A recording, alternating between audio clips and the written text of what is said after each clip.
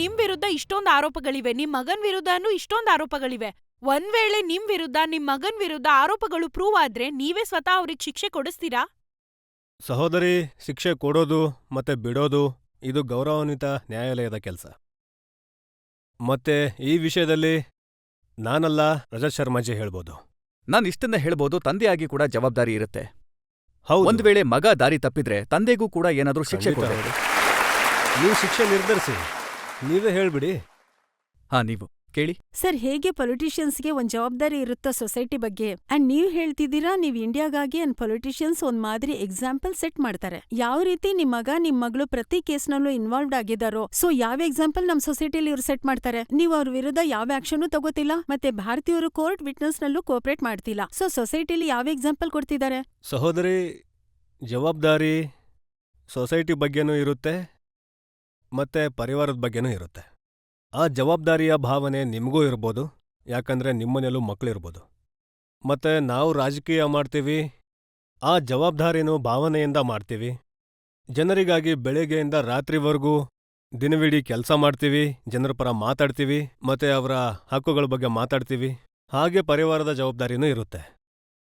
So ಎರಡೂ ಜವಾಬ್ದಾರಿಗಳನ್ನ ನಿಭಾಯಿಸೋ ಕೆಲಸ. ಈ ನಡುವೆ ಏನನ್ಸುತ್ತೆ ಅಂದ್ರೆ ಪರಿವಾರದ ಜವಾಬ್ದಾರಿ ಹೆಚ್ಚು ನಿಭಾಯಿಸ್ತಾ ಇದ್ದೀರಾ, ಮತ್ತೆ ಪಬ್ಲಿಕ್ದು ಕಡಿಮೆ ಆಗಿದೆ. ಇಲ್ಲ,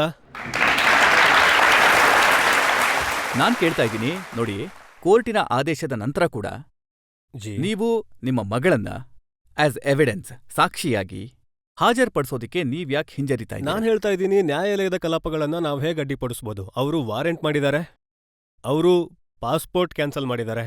ಸೊ ಅದರಲ್ಲಿ ನಾವ್ ಹೇಗೆ ಅಡ್ಡಿಯಾಗಿದ್ದೀವಿ? ನಾವಿದ್ರ ವಿರುದ್ಧ ಯಾವುದೇ ಅರ್ಜಿ ಹಾಕಿಲ್ಲ. ನೀವು ವಾರೆಂಟ್ ಕ್ಯಾನ್ಸಲ್ ಮಾಡಿ ಅಂತ ನನಗೆ ಖಂಡಿತ ದುಃಖ ಆಗಿದೆ. ಎಲ್ರಿಗೂ ಏನನ್ಸುತ್ತೆ ಅಂದ್ರೆ, ನೀವು ನನ್ ಜೊತೆ ನನ್ನ ಪರಿವಾರದ ಜೊತೆ ನ್ಯಾಯ ಇಲ್ಲಿ ನೋಡಿ, ನ್ಯಾಯದ ಅಧಿಕಾರ ಒಂದ್ ವೇಳೆ ನಿಮ್ಗಿದ್ರೆ ಹಾಗೆ ನನಗೂ ಇದೆ.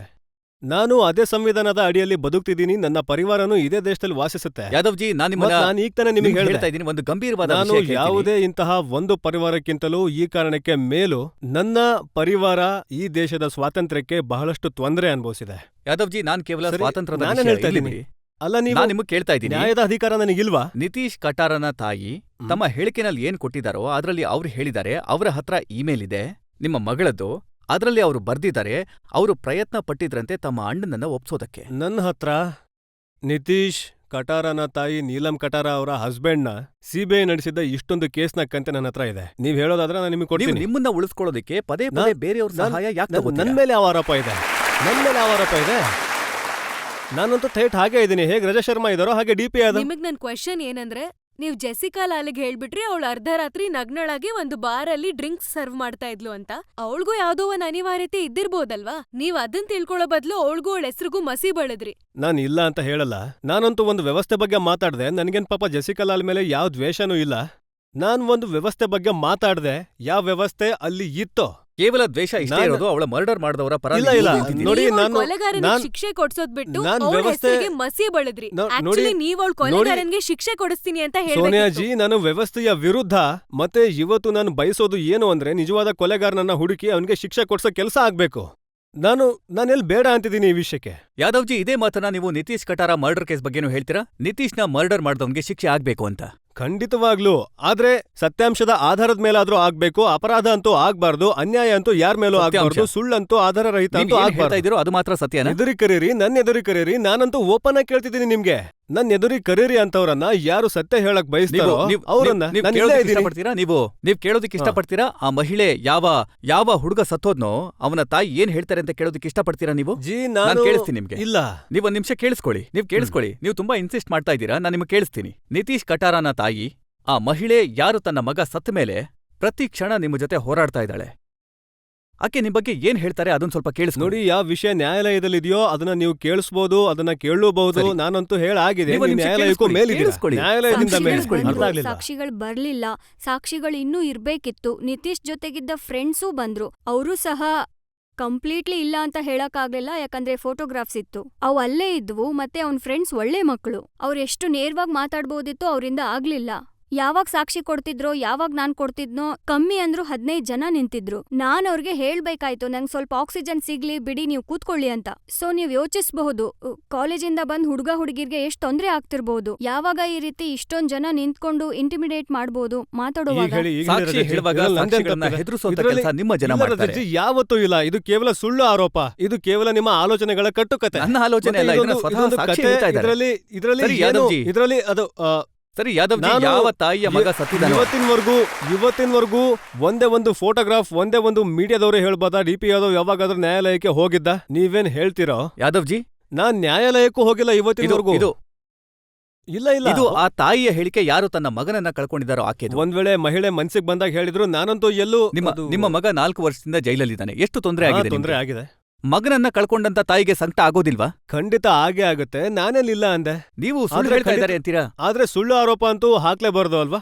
ನೀವಂತೂ ಜನರ ಮೇಲೆ ನಿಮ್ಮ ನಿರ್ಣಯನ ಈ ರೀತಿ ಕೊಡ್ತೀರಾ? ನಾನು ಯಾವ್ದೇ ನಿರ್ಣಯ ಕೊಡ್ತಾ ಇಲ್ಲ, ಅವ್ರು ಹೇಳಿದ್ದನ್ನ ಕೇಳಿಸ್ತಾ ಇದ್ದೀನಿ. ಈಗ ನಾನು 4 ದಿನದ ಮುಂಚೆ ಕೇಳಿ ಅಲ್ಲಿ.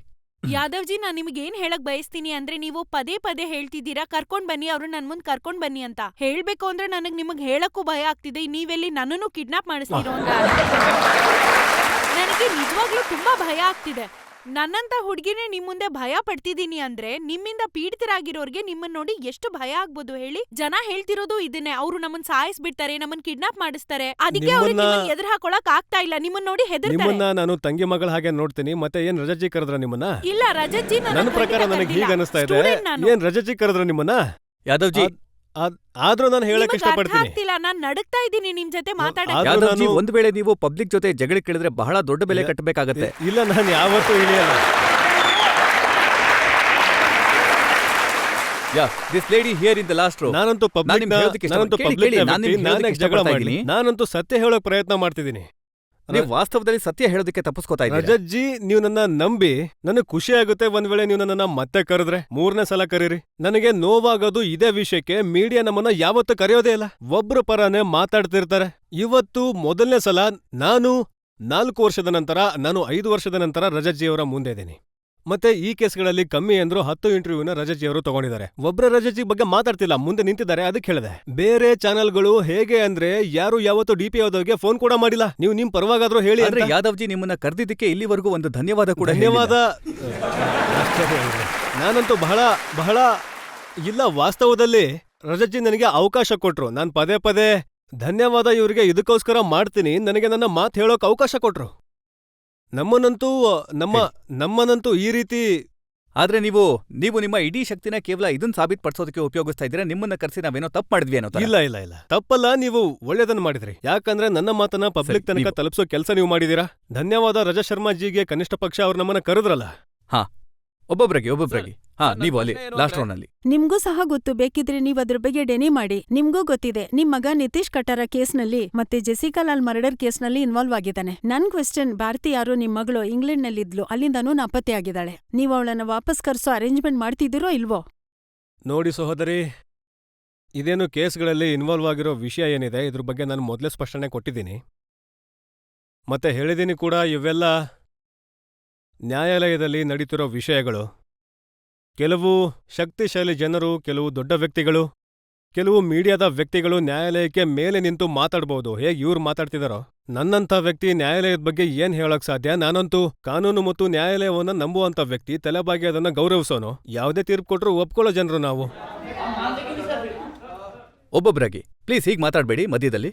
ಹಾ, ನೀವು ಹೇಳಿ. ಸರ್, ಈಗ ತಾನೇ ನೀವು ಹೇಳಿದ್ರಿ ಸತ್ಯಕ್ಕಾಗಿ ನೀವು ಪ್ರಾಣನ್ ಬೇಕಾದ್ರೆ ಕೊಡ್ತೀನಿ ಅಂತ. ಆದ್ರೆ ಸ್ವಲ್ಪ ಹೊತ್ತಿಗೆ ಮುಂಚೆ ನೀವು ಹೇಳ್ತಿದ್ರಿ ನಿಮ್ ಕುಟುಂಬಕ್ಕೋಸ್ಕರ ನೀವು ಸ್ಯಾಕ್ರಿಫೈಸ್ ಕೂಡ ಮಾಡಿದೀರಾ ಅಂತ. ಹಾಗಿದ್ರೆ ಸತ್ಯಕ್ಕಾಗಿ ನೀವು ಪ್ರಾಣ ಕೊಡ್ತೀರಾ ಅಂತ ನಾವ್ ಹೇಗೆ ನಂಬೋದ್ರೆ?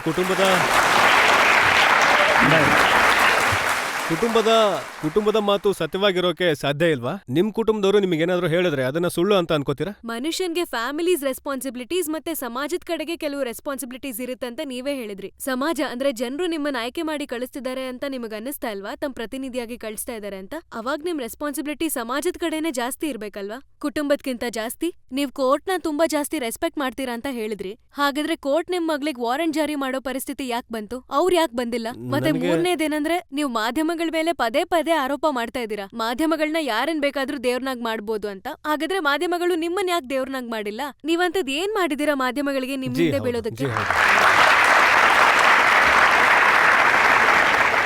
ಅದಕ್ಕೆ ಕೆಲವು ಹಠಾತ್ ಕಾರಣಗಳಿವೆ. ಆ ವಿಷಯಗಳನ್ನ ನಾನಿಲ್ಲಿ ಹೇಳೋಕೆ ಇಷ್ಟಪಡಲ್ಲ ರಜತ್ಜಿ ಅವ್ರ ಎದುರಿಗೆ. ಹಾಗೆ ನೋಡಿದ್ರೆ ರಜತ್ಜಿ ಮೇಲೆ ಈ ಆರೋಪ ಏನಿಲ್ಲ.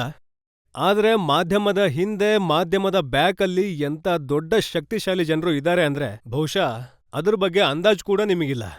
ಯಾದವ್ಜಿ, ನಾನ್ ನಿಮ್ಗೆ ಮತ್ತೆ ಒಂದ್ ನಿಮಿಷ. ಯಾದವ್ಜಿ, ನಾನ್ ನಿಮ್ಗೆ ಇಷ್ಟ ಹೇಳೋದಕ್ಕೆ ಇಷ್ಟಪಡ್ತೀನಿ. ಒಂದ್ ವೇಳೆ ನನ್ನ ಹಿಂದೆ, ಇಲ್ಲ, ನಿಮ್ ಹಿಂದೆ ಇಂಡಿಯಾ ಅಲ್ಲ. ಟಿವಿ ಹಿಂದೆ ಯಾರಾದ್ರೂ ಇದಾರೆ ಅಂತಂದ್ರೆ ಅದು ಈ ಜನಗಳು, ಬೇರೆ ಯಾರೂ ಅಲ್ಲ. ನಾನೇ ನಿಮ್ ಹೆಸರು ಹೇಳೇ ಇಲ್ವಲ್ಲ.